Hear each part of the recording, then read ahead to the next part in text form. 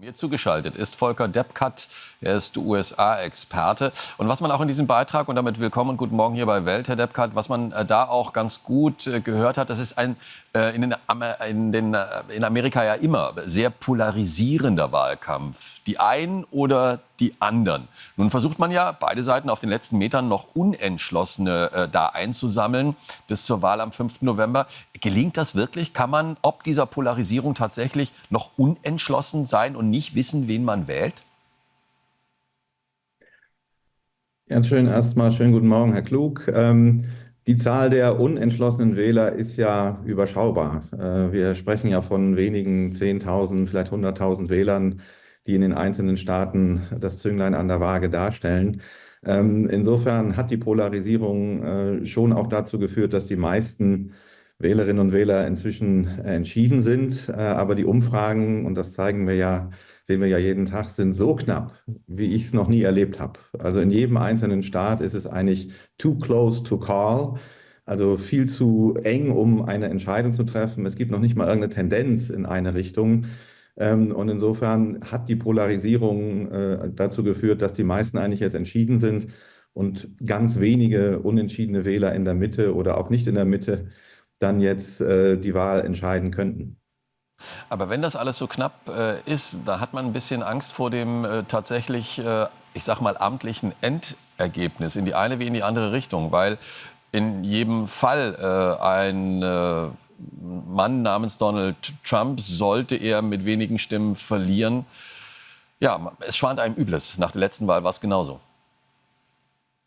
Das ist ja überhaupt die Frage. Also ich glaube nicht, dass wir am Mittwoch nächste Woche wach werden und ein klares Wahlergebnis haben.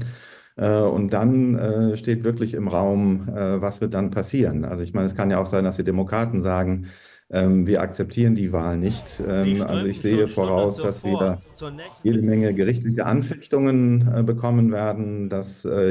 Nachzählung wird es, glaube ich, in jedem Fall geben. Also ich glaube nicht, dass wir nächsten Mittwoch wissen, wer der nächste amerikanische Präsident oder die erste amerikanische Präsidentin sein wird. Und dann ist es ja eben so, dass inzwischen die Institutionen der amerikanischen Demokratie zu einem Grade zerbeult sind und auch Normen eigentlich verloren gegangen sind, dass wirklich nicht klar ist, was dann passieren wird. Die amerikanische Demokratie lebt auch davon, dass es jede Menge ungeschriebene Regeln und stillschweigende Vereinbarungen gibt, die Grenzen definieren, die einfach nicht überschritten werden können. There are things that are simply not being done. Es gibt einfach Dinge, die man nicht tut. Das war jahrelang ein Konsens in der amerikanischen Demokratie, der auch lange eingehalten worden ist. Wahlkämpfe waren immer schon hart, waren immer schon schmutzig, aber es gab immer noch Grenzen. Diese Grenzen sind in diesem Wahlkampf jetzt völlig aufgelöst, sodass man sich ja fragt, wie wollen eigentlich also die Politiker, die sich gegenseitig momentan entweder als Faschist oder als dumme Kuh beschimpfen, wie wollen die überhaupt danach noch miteinander sprechen? Und das macht einem schon Sorge. Nicht mal das ist, sage ich mal, eine der großen Sorgen. Die andere Sorge ist ja dieses Auseinanderdriften, das tut man einfach nicht, das haben wir bisher nicht getan. Das hat sich ja grundlegend verändert, sagen Sie gerade. Was macht das auch mit der amerikanischen Gesellschaft nach der Wahl, mit den Demokraten, die quasi den Republikanern gegenüberstehen, und andersrum ist es ja genauso? Man muss sich klar machen, dass die Polarisierung in den USA, von der wir immer so sprechen, vor allem und zunächst eine gesellschaftliche Polarisierung ist. Seit den 60er Jahren ist die amerikanische Gesellschaft auseinandergedriftet in verschiedene sozialmoralische Milieus.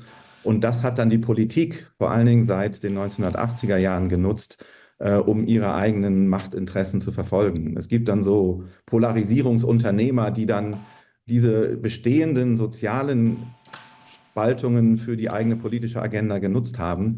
Und das hat dazu geführt, dass man eben eine Ideologisierung von Politik jetzt erfahren hat, die es nahezu unmöglich macht, die andere politische Seite nicht als Feind zu begreifen. Das scheint mir wirklich sehr wichtig zu sein. Also man sieht jetzt nicht einfach nur andere Lebensstile als anders an. Man sieht andere politische Positionen nicht einfach nur als legitime andere Positionen an, sondern das sind feindliche Positionen, die es um jeden Preis zu bekämpfen gilt. Und das ist diese Rhetorik des Unbedingten, die wir momentan erfahren. Also nochmal, die Verrohung der politischen Sprache in den USA scheint mir fast eine weitere Verständigung, eine Zusammenarbeit kaum noch möglich zu machen. Und das ist für meine Begriffe wirklich ein Grund zur Sorge. Klingt nicht gut für die Zukunft Amerikas, des demokratischen Amerikas. Das war Volker Deppkart, USA-Experte. Danke für das Gespräch, Herr Deppkart. Vielen Dank auch Ihnen.